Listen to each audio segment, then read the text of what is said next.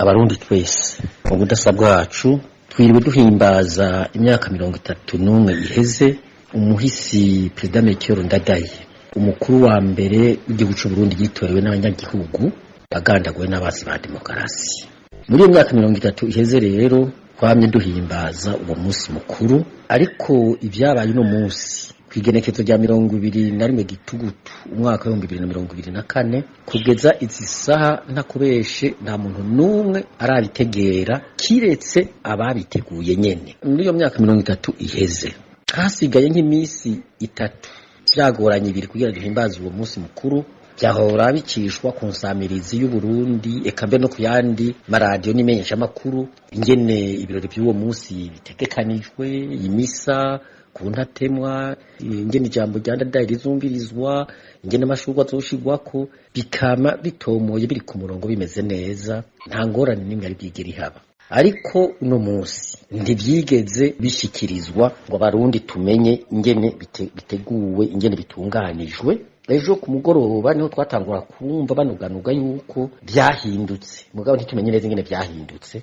Ingorane rero yaciye haba ya mbere ni imisa kwitaba imisa. Kuri urwo rupapuro rw'integuro y'ivyo birori by'uno munsi batangurira hose, haba ku ntatemwa batangurira ku muhuza wo bita ombudsman, gaheza ku mukuru w'igihugu n'umutambukanyi wiwe. Mu misa batangurira kuri ombudsman bagaheza ku mukuru w'igihugu, nta namwe byaboneka ko abandi baza kwitaba iyo misa canke bagenda ku ntatemwa. Ari ingorane ya mbere kuja mu misa. Tugenda gute? Baremera ko twinjira, ntibemera ko twinjira. Abantu bavuga bati reka duve kugenda, nibadusubiza inyuma turasubira inyuma. Abavyiyumviriye uko bagiye mu misa, abatavyiyumviriye uko ntibaje mu misa, ntibitavye misa. Yaciye yitabwa n'abantu b'abategetsi gusa. Ingorane ya kabiri yahabaye ni kuza gushira ku ingori z'amashuri. N'ubu turumva ko hariho abatari bake, harimo mbere n'abegereye umunsi Perezida Melchior Ndadaye bo batashize ko izo ngori z'amashuri. Uko byagenze jewe hose nagiye ku ntatemwa imisi iheze, nta bariho bafasha uko byahora bigenda, karakajagari kadasanzwe. Abantu bagakoma induru bati none twicara he, duhagarara he, amashurwa afiswe nande, yandikwa nande, karakajagari byo byose nta nakimwe cyari gitegekanijwe.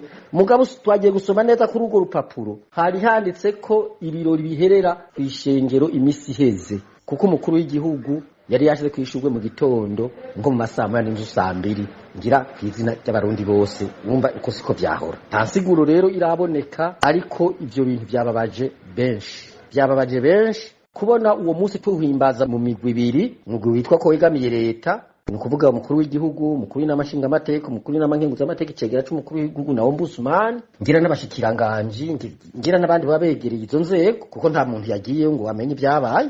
N'abanyagihugu rero bandi bamwe bageze mu gitondo, abandi bagira inyuma y'imisi mu masaha 5. Yumvikana neza rero ko iryo himbazwa litafashe intumbero y'iragi rya Ndadaye, y'ivyumviro Ndadaye yari afise byo kwegeranya abantu bose kaja hamwe, biba byiza biba bibi bakabibanamwo bose bafatanye mu nda, aho ibintu bikorerwa mu muco, ntihagire ibintu bikorerwa mu rufuri. Urumva iryo rage ntiryubahirijwe kuko twacitsemo kubiri, abegereye leta n'abanyagihugu. Rero byatubabaje kuko ntivyumvikana ko umunsi mukuru wo kwibuka umuhisi Perezida Melchior Ndadaye uhimbazwa uko byumvikana. Rero abatari bake bavuze bati iyi ni inzira yo kuzimanganya uyu munsi mukuru, ati mbere no kuri gwa gasore byo byagenze uko.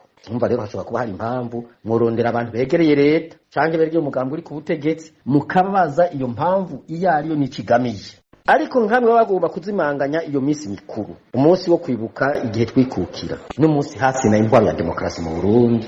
Twoba turiko duca mu nzira mbi, twoba turiko duca mu nzira idashika, twoba turiko duca kubiri nako karangamutima ko kwikukira, nako karangamutima k'intwaro ya demokarasi. Twumva neza iyo twoba turagenda. Nico gituma twobasamwe bamenyesha makuru mukegera ubwo butegetsi, mugambo uri ku butegetsi canke ababwegereye, mukabaza neza kugira natwe tubonerweho, twumva intumbero y'iyo ngingo yafashwe, tumenye ko izobandanya, tumenye ko ari ukugerageza, tumenye ko yobara amakosa yahabaye, kugira natwe tumenye tubyifatamo.